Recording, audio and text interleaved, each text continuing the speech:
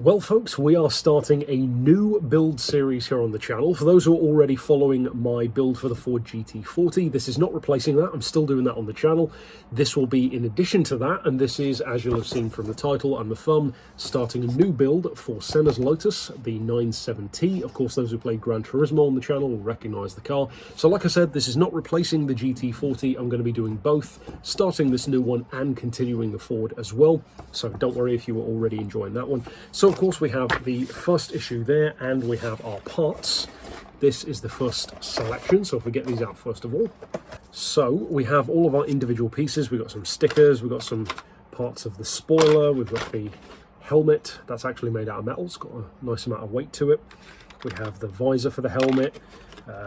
Interestingly, a set of tweezers. This would have been a nice one to have for the GT40, but it didn't come with that, so that's a nice one. And of course we have our ever so trusty screwdriver, which will continue to be back again. Of course, we've got some little screws, so we'll set that to one side for just a second. And then we'll jump to the back of this issue for those who are building it themselves as well. And we have all the pieces laid out, of course. If you're already watching my other series for the GT40, you'll be familiar with most of this stuff anyway. So there are our tweezers, screwdriver.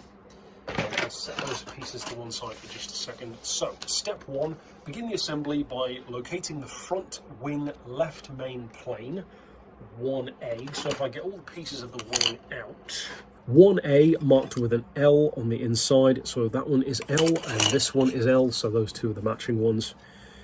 Should be held upward on top of it, so that one's upward. Place this one on top like that, and just before we click it into place, place the front wing with the inner side facing down, join the two pieces together with two MP screws. So those pieces are together. We set that to one side. Step two, on the narrower side of the previous assembly, so this end, place the side of the front wing end plate, which I believe is one of these, which has an L marked on the inside. So this one is,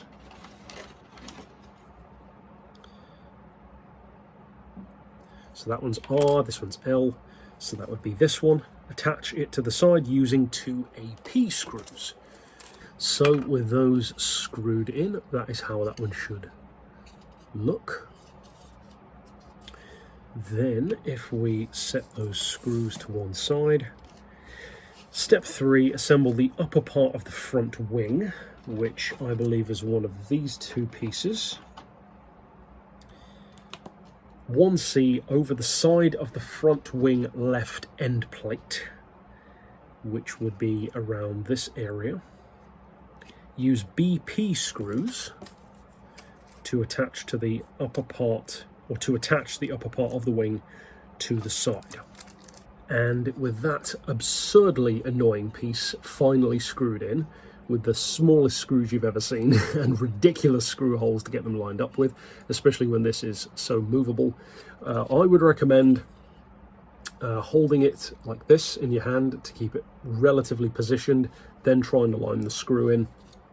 Once you get it to catch, you may have to take it out and put it back in a couple of times to get it lined up nicely, but yeah, definitely an annoying one. And then when you do get it to catch, I'd recommend moving down the shaft of the screwdriver a bit and really give some pressure in there to get them fully screwed. Otherwise, you'll just be spinning and spinning forever.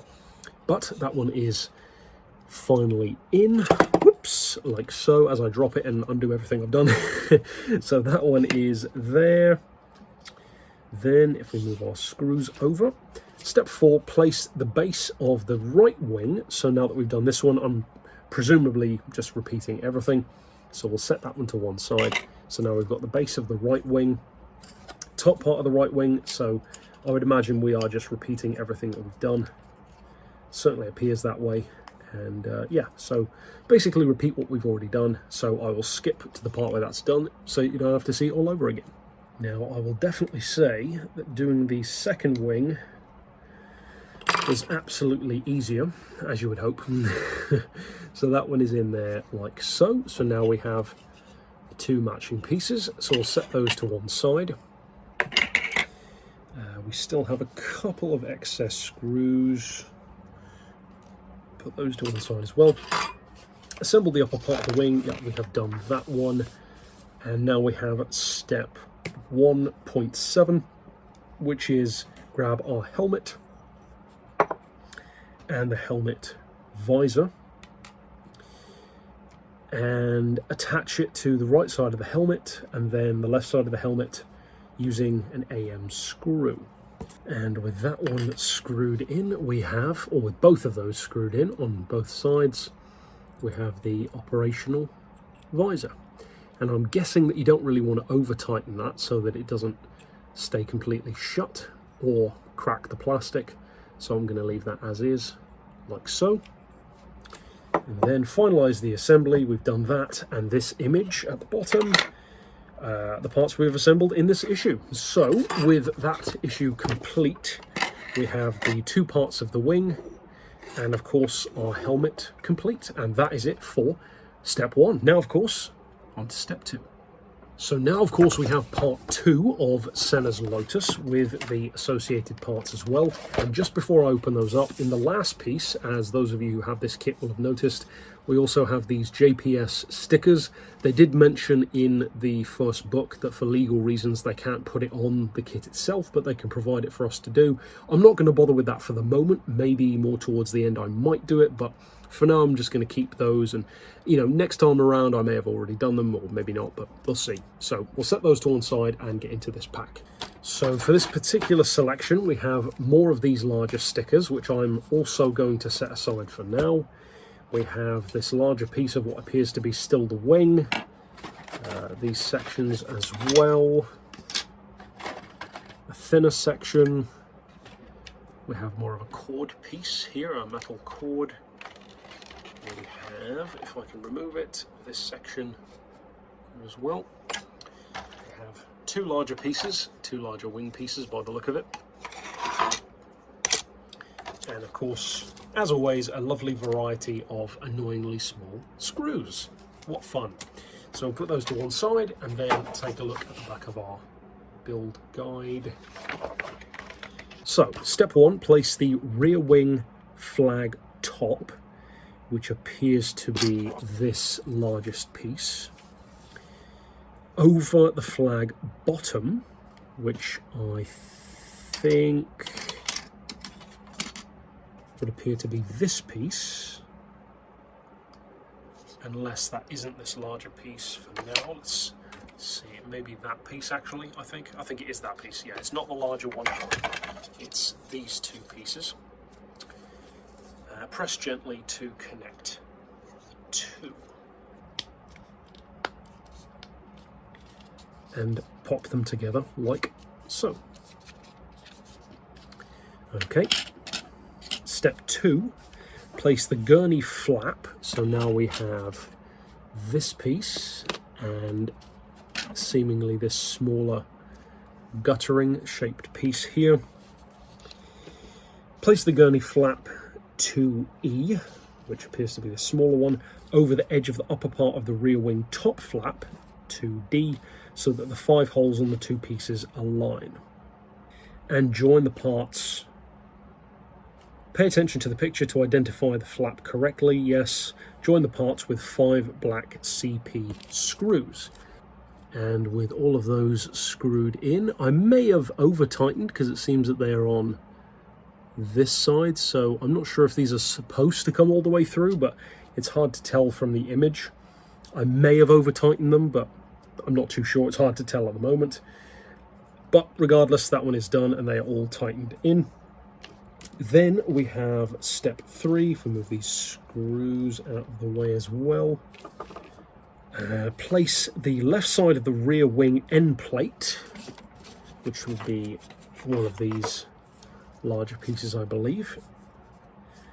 Which side was it? The left side, which would be this one, marked with an L, as you can see on the inside, over the 3 holes on the top left side of the main wing plane. So all of those are in there nicely, and there is that piece done. So if we set that to one side, we'll put these screws, we'll keep those out for just a second. So then, step 3, AP screw. Step 4, join the centre part, which I believe is this one that we built earlier on. Certainly looks that way. Join the centre part of the rear wing to B to the left side part of 2F, marked with an L. Align the holes with the 2 parts and use 2 AP screws. So the same screws again, I believe. And with those nicely tightened, that one is together like so. Set that one to one side. Step 5, so continue with that one.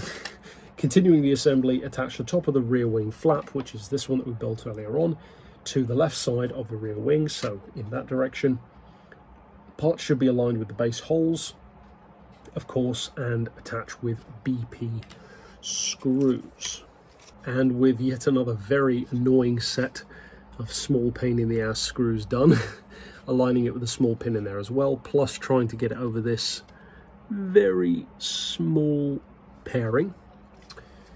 That is that. Now the next step is place an FM screw and nut, so these very small ones. We put the BP ones away for just a second as well. Place an FM screw and nut on the connection flaps, which is of course these are of the upper part of the rear wing top flap in the middle part of 2B. Screw in from the side opposite to the head of the FM screw. To be fair, that was actually a lot easier than I expected it to be, especially using this. I'm going to start using this one for the GT40, I think, as well. That actually wasn't too bad to get that one attached on there. So if any are finding that piece difficult, I would recommend using the tweezers to hold the nut underneath. Hold the nut in place and then magnetize the screw. Hold it in, drop the screw in. They do seem to magnetize toward each other, and then kind of just hold the nut in place as you screw it in.